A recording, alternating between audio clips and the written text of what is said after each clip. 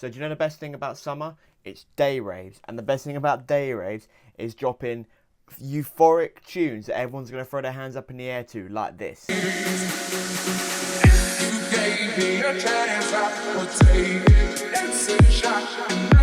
So the song playing there was a remix I've just finished. It's by Clean Bandit featuring Jess Glynn, Rather Be. You might have picked up from that based on the acapella, but at the same time it's kind of pitched all over the place, so it's quite a different remix. So I've been posting this one quite a lot on the TikTok and the Instagram, and people be asking me to do a breakdown, so I thought I'd do a breakdown for the YouTube. Just before we get into the video, don't forget to hit the subscribe button, you know, all that stuff that we do on YouTube. Like the video, watch to the end, and let's get into it. So when it comes to this project, I guess the main thing, the starting point for me was getting this vocal how I wanted it sounding. So it sounds like this. You gave me a chance, I would take it. It's a shot in the door, but I'll make it.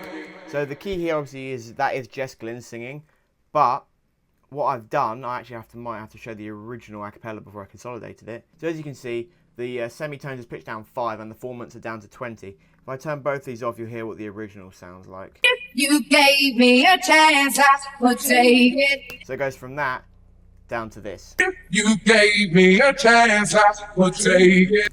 So yeah, what I liked about it is it's just a bit different, and I didn't even take what is the actual chorus of the song. I took essentially part of the build-up because I think it works better with the formant and the pitch change for a drop. The actual chorus didn't work very well. So I took that and I thought, what's this got to represent? You know, it's summer tune, big vibes, summer vibes, melodic, euphoric, all them things. So you need like an organ bass. So I instantly just wrote in an organ, using that as a drop.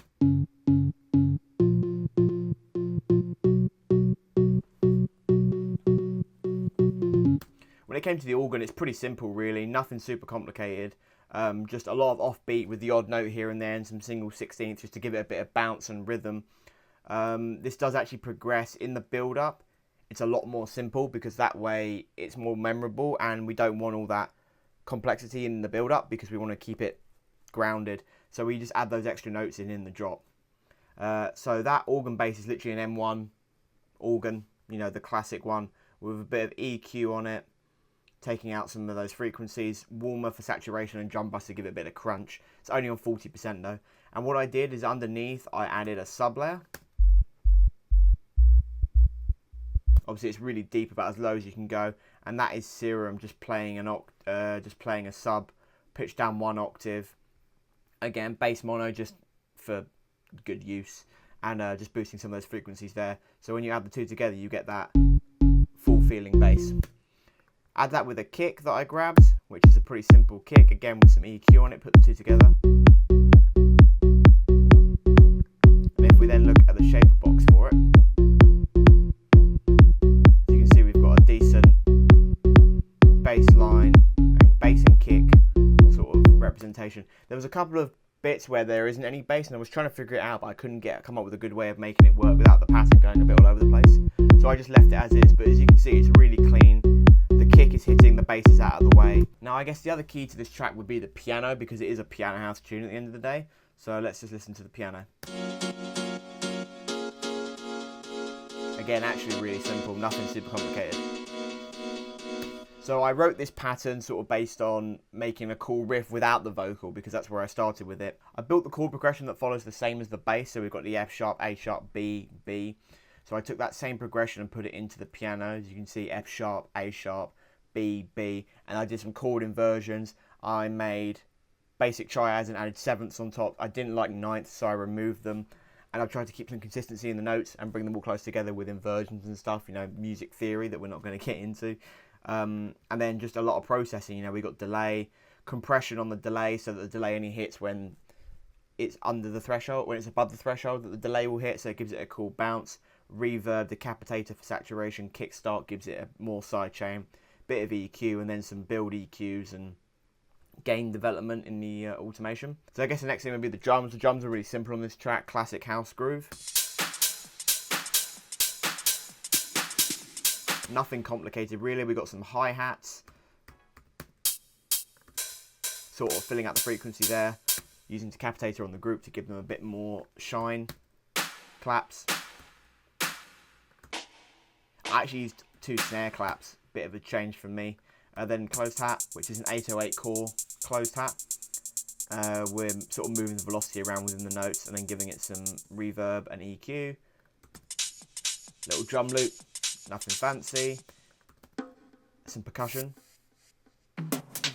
This is like a repro, as you can see, it's been consolidated and sort of recorded to audio, so that's not what the original would have sounded like. I probably reduced it and put less stuff in. In the B sections, we've got like an extra percussion. That's really background sort of ear candy vibes. We've got a cool clay fit, which is super reverby, so it bounces all over the place. We've got frequency shifter on it as well. Valhalla for more reverb.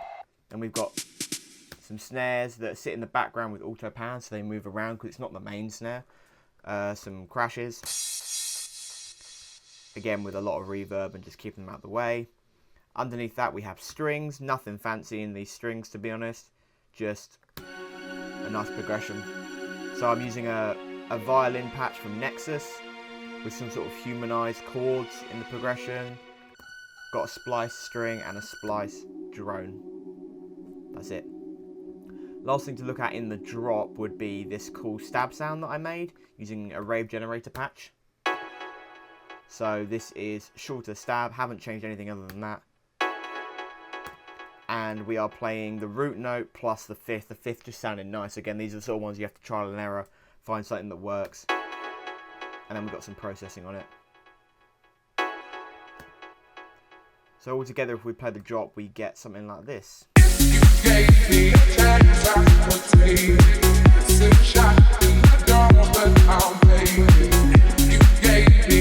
So it's just summer vibes, do you know what I mean? But I think what made this track great is actually the build up, because that's like the hands in the moment, euphoric sort of feel. And I took inspiration from other edits that I've heard, other tracks that are popular right now, and sort of came up with a similar build up and a similar design for the drop. So what's interesting with this is we take part of the verse and it's just the vocal. And we've got the strings playing, some and we are showing the bass here. This is the simplified bass I was talking about. But as you can see here, we've got a high pass on it, so we're only showing like a bit of the higher frequencies, and then as we go into like the sort of verse to the build, we introduce the lower end of the bass, but because the organ bass has already got low frequency cut out, because we're having it with a sub, even when the EQ's off, it's still not heavy, it's still quite light. It's a little bit different. If we hear the progression over here, there's definitely a little bit of additional low end, but not a lot, because that sub is muted. The sub doesn't come in till the drop. So we're sort of developing the sound, but we're not giving too much of the sound away in the build-up. This is the bit that I love.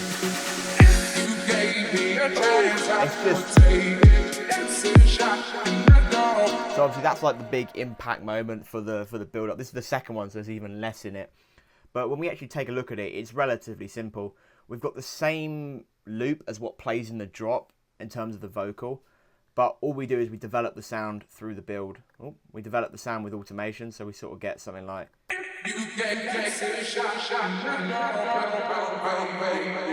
So we're just like pushing it all out of the way, giving it more delay and stuff, and we've got a delay build here as well. Progressing with brute compression, automation, etc., which is a useful thing to have just to give it some ear candy. Then we show the piano. This is the piano melody. This is when the piano melody is massive. So in this drop, what we're doing is first of all we're playing 8 bars of the piano melody, and then we're dropping out the piano melody and playing 8 bars of the organ bass before the drop when we play both, and we sort of redevelop the piano in the build, but on a filter, so it's not too overdone. We start showing the stab in the build up.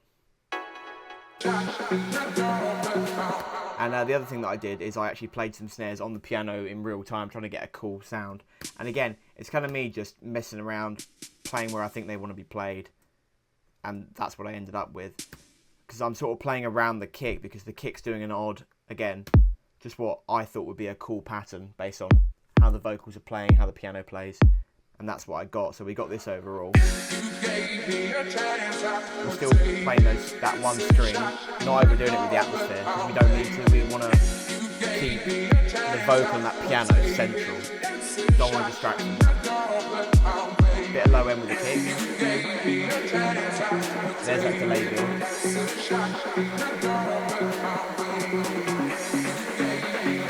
So again, we're using high pass filter here, reducing the volume on the bass, and then everything just comes in.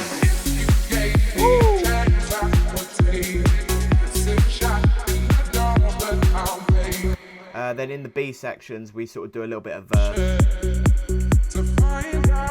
sort of remove a lot of the drums, you know, keep it a bit more low and just simple.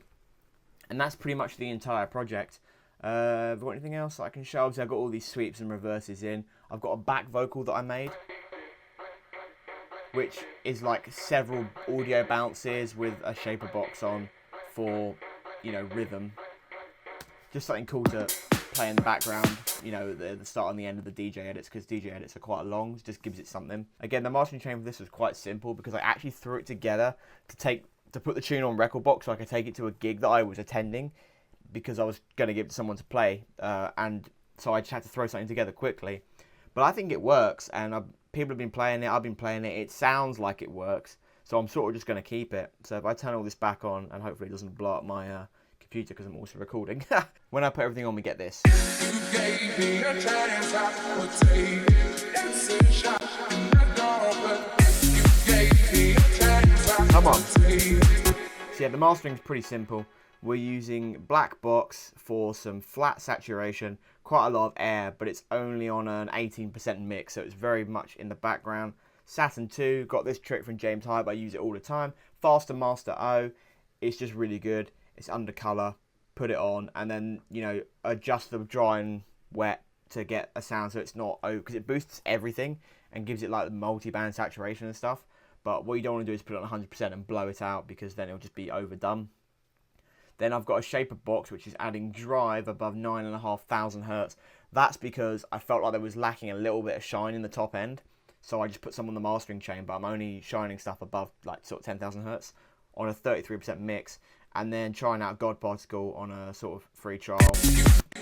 Not sure if I like it yet, but I quite like what it did for this track. Obviously that's got the limiter on it. And the highs were hitting into that box after I added the shaper box. So I knew I was sort of on track for, you know, the correct amount of shine in the track. And yeah, that's pretty much everything. It honestly took me like 2 days to make, not very long at all. After I got that inspiration from the vocal, the acapella, wrote in that piano riff, go back to like talking about the predominant sounds. We've got the acapella, which is obviously from the original tune, an M1 house piano. Oh no, this is an M1, I believe, piano 16, yeah. Piano 16 on M1, which is like the classic house piano. Haven't changed anything in the M1, but I've just added some stuff to it to keep it interesting. A rave generator stab, really simple drums, all just splice loops and sample hits, nothing fancy there. And then the bass, like I said, is an M1 organ with a serum patch just playing a sub bass. But you could literally do that with like Operator in Ableton, just put a sine wave on, basic sine wave, completely simple, and play at the right octave and just cut everything above like 95 hertz. That's the key. If you're going to use a separate sub bass from your like mid bass, make sure you cut out the low end of the mid bass and cut out the top end of the sub bass, because then you won't get any clash and your frequencies will sound really good. And yeah, that is everything. The kick is quite simple, not even shaping it. Oh no, I am shaping it in this track.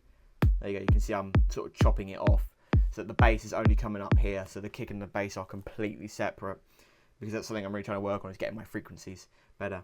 But yeah, that's the entire track. Let me know if I should put it on SoundCloud. I've been sending it out to people, trying to get it popping on TikTok, you know. But it's not actually officially out yet, so should I put it on SoundCloud? Would people want to download it? Let me know, and then more breakdowns to come. I will see everyone in the next video.